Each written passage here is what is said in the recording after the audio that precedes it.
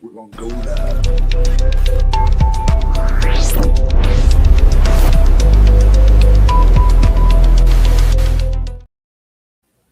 And we are live. It is Ramble Source. This is your source of two guys rambling about what they would say to their younger self. And today I wanted to talk about specifically, what would you say to yourself, your younger self, about politics? Politics, I think you and I think most sort of history, intellectual reading, inclined people are interested in politics, right? At least interested. And I've had some good conversations with you, some poignant ones. We often, as we have seen on this, not always on the same page, but so that's helped me learn things about, a different perspective concerning politics. And I just wanted to get your take on what would you go back and tell your 20-something self. One of the things you said to me when I was in my early 20s, I was super hyped about Saddam Hussein being taken out, by Bush. And I remember you saying, "Look, this is not a great thing." I don't remember the exact words, but sure. I remember you saying, like, that guy was actually pretty helpful to Christians. And now that he was, and turned out to be a big vacuum, ISIS came out of it. You were right on with your thoughts on that perspective.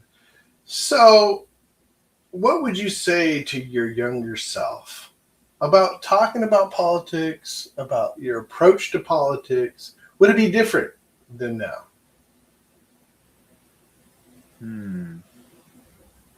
Yeah, that one's difficult because, I vaguely remember probably us meeting actually here in Bristol. Yeah. And drinking coffee and talking about that. Yeah, that was one of the few moments where I'm like, okay, that was kind of prophetic. I nailed that one. You did. Yeah, like when it comes to international politics, it's difficult because like my first fidelity, like my primary, how would I describe this? Like, what comes first for me is the church, period, full stop. Mm-hmm. The body of Christ, full stop. How does whatever happens politically impact the body of Christ? Now, of course, depending upon one's ecclesiology, that can mean many things to different people. So I leave that to everyone else to figure out for themselves. I think, constructively, there's a part of me, it's like I would do that part of my life exactly the same. Except I think the difference would be becoming more involved in local politics, becoming more aware of the local political situation and being more aware, maybe even involved, participating, even if it's something as simple as like serving on a board, like a tree board or the farmers market board or whatever, like being a more... You've served on a couple boards since then, right? Like more recently. Well, yeah, not local. Not political. Okay. Yeah, not like civic.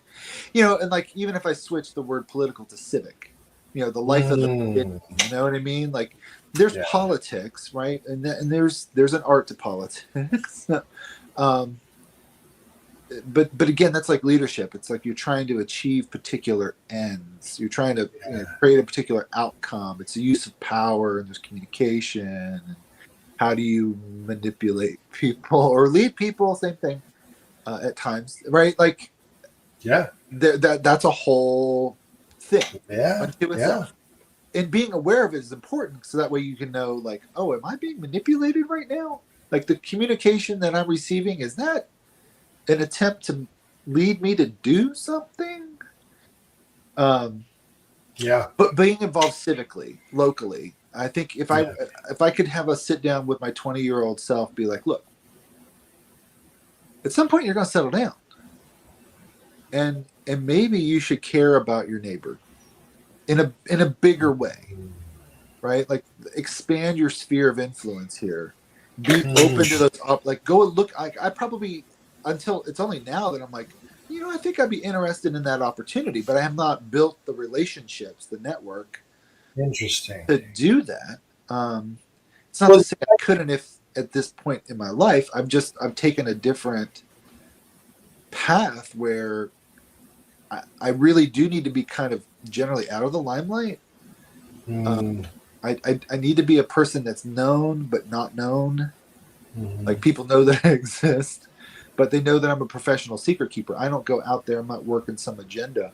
I'm a psychic, Professional secret keeper. That's cool. like I'm a professional helper. Um, Yeah, People yeah. generally don't want to run into me at Walmart. It's not that they're not upset to see me, but they really It's don't. awkward. It's awkward.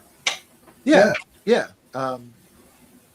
So, yeah. but that doesn't mean like I think as time goes by, I might dabble.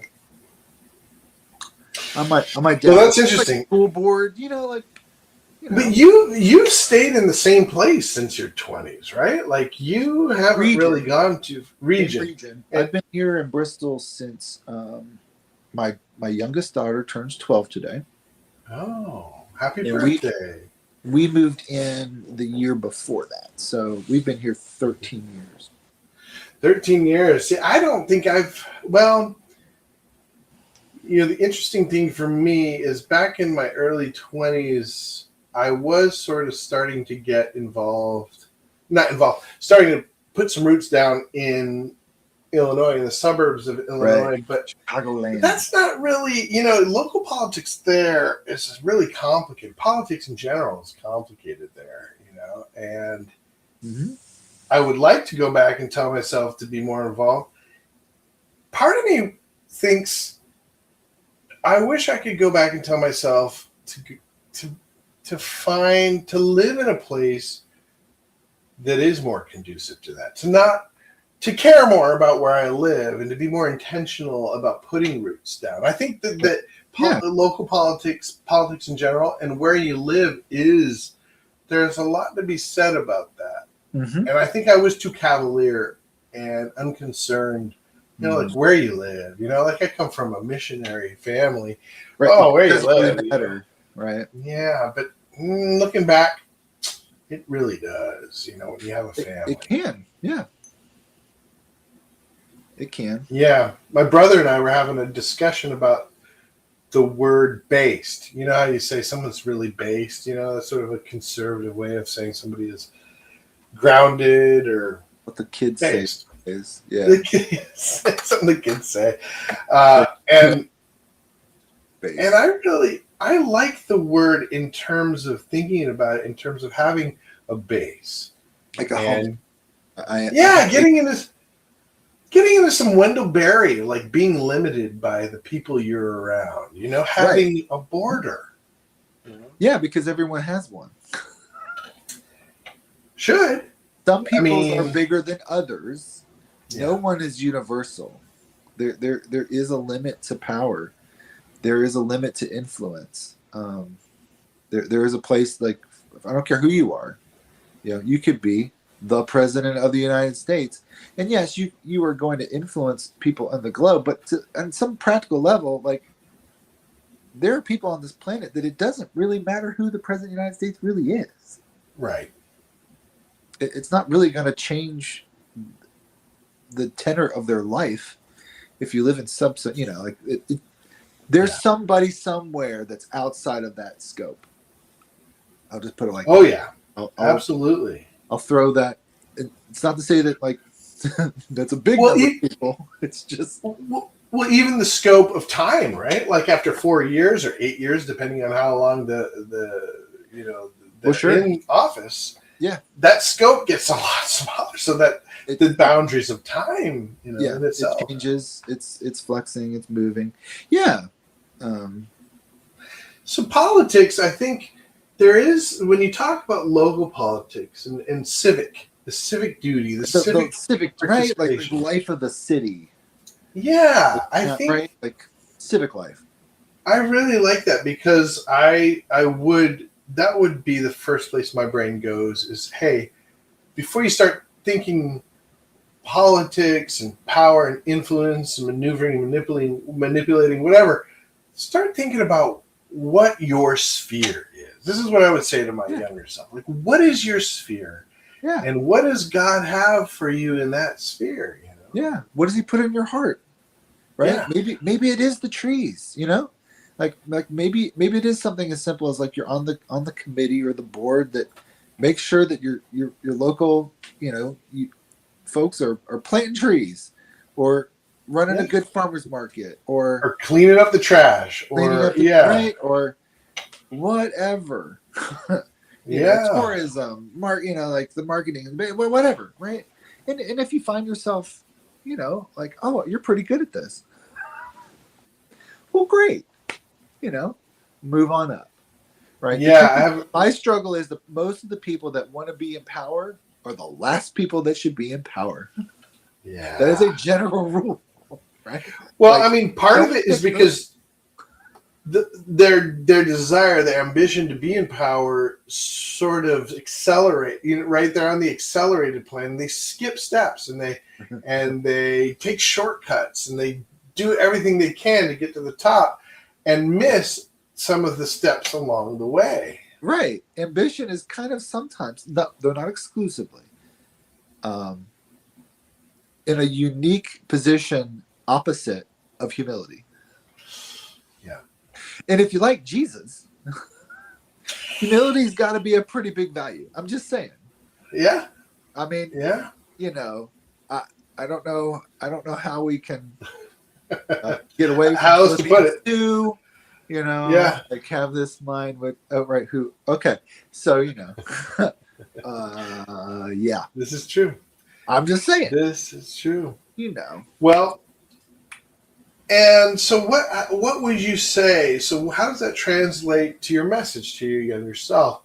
To me, there is a message in that in which you say, look for the people that don't want to be there in a way. You know, look for the people that have followed a calling and developed it, or you know, have developed it rather than somebody who is jumping at opportunities. and be that person yourself, right? I was somebody who was taking shortcuts. No, you gotta. What's that? I mean, you know, supporting somebody who's you know politicking. Yeah, I mean, I think that's a different. I don't know. That'd be an interesting one. I've never. I don't know. Yeah, I don't. I often want to just put the onus on myself as far as like, what would I do differently? And I guess you know, we have to be wise in who we support. Yeah. Yeah, I think the thing for me is like, think a little bigger. Don't think like for me, it's like don't think small, but think small as far as like where you live. Like, don't be so worried about the stuff that's way over there, when the real influence and power that most people have is like what's right in front of their face. Yeah. All right. I mean, yes, I mean, like we live in a wonderful country. We have this amazing opportunity to cast a vote, right? Because we have a representative system. It's not a democracy. The people do not run the country. We kind of do. I mean, it's difficult because it's a democratic republic kind of a thing, right? We kind of do, but it's not a democracy in the sense of like a Greek city-state where the people got together and made big decisions by throwing their, you know. But, you know, the big message for me is like be more involved locally. Because that's the place where you have more influence. That's the place where you get to exercise love for your neighbor. It's, you know. So. And sometimes that doesn't mean, you know, a lot of people may take that to mean like, oh, you know, bleeding heart liberal. Sometimes it's tough love for your neighbor, right? Like a lot of times it's the idea of, like we're talking about, you're a limitation. You are a boundary for somebody else as well as they are a boundary to you. Right. Well, I mean, like this is just an opportunity to exercise wisdom. If Yeah. you're doing something on behalf of your neighbor that's not really helping them, it's not love. The hard thing there is like, what is the wise thing here and now? What is the loving thing here and now? Sometimes it can be tough. Sometimes it can be soft. That requires discretion. That requires real wisdom. Yeah. Yeah. So, I mean, it's not, Yeah. I mean, on the other, yeah, I guess, and that's the other thing. It's hard for me, and I never have been. Like, those binary labels don't really mean anything to me. That's just propaganda. Conservative versus liberal, right? Like that whole thing is flip flop because like conservative means let us maintain the status quo, literally.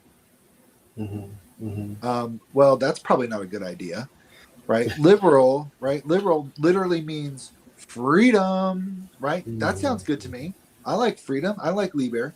Um, Liberty. Yeah. Hey, like, what's wrong with that? Nothing wrong with being liberal, right? I wish that the liberal arts. I'm a big fan of the liberal arts, the liber, the books, right, and the freedom and all that good stuff, and the reading and the writing and the thinking, and do I want to have my heart bleed? Yes, I do. Should we make unwise financial decisions? No. Um, how do we work that out? Well, therein lies the fun, the rub, right? Like. Well, and that's where, and I think, we're out of time, but I do love the idea. I mean, I've been getting more involved here, just finding out, just talking to people. I've been interviewing people, and just because I think it's important to get to know these people and get to know the problems around us. Like you said, we can't help our neighbor if we really don't know what the problems are, Right. And we're so much today more than even when I was 20. There's such a citadel mentality where each one of us is in our little castle. We don't even know our name. I'll speak for me. I don't even know my neighbors very well. I like that phrase. I've never heard that one. Citadel mentality. Yeah. Yeah. We are. We're ensconced and towered. That's a Jeffrey Holsclaw. He's a theologian. He coined that way back when I first met him. He was a youngster assistant pastor at Life on the Vine Church. He talked about the citadel mentality, and I adopted that because the white picket fence that kind of keeps us away from our it's difficult, right? Like, I'm still a big Robert Frost. Good fences make good neighbors. Good neighbors, but that's different than the citadel, right? Yeah, my stone fortress and tower, and I don't know my neighbors, and I can care less to them. I almost want to stay protected from them. Right? Yeah. I don't want to get involved in that. And it's difficult. So some people are intrusive, and other times it's just kind of like, oh, am I out of sight, out of mind? Yeah, but getting involved, and like you said, sitting on boards, it takes some responsibility, takes some sacrifice. Yeah, just go to a city council meeting. I mean, and of course, I'm saying this now, and I'm listening to myself, knowing that I don't go. Though I think they will watch the replay. Yeah, that's sort of a technology these days. You can watch it from afar now, right? Right, but like show up and be, again, civic minded. Meet people, meet your neighbors. Yeah. I love that. Yeah.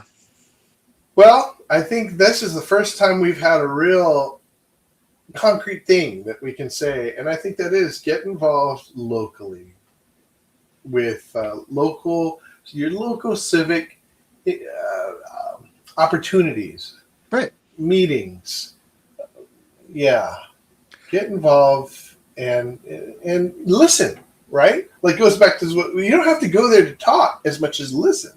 Mm-hmm. Then maybe talk if it's something that it's on your heart. Yeah, that's good. You might. Well, thank you, Josh.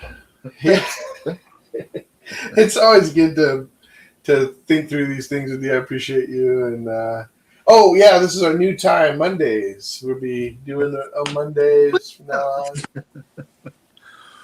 All our fans will be looking for us. So, but we'll be missing. Where are they? Well, I appreciate it, Josh, and we'll see you. I'll see you again next Monday.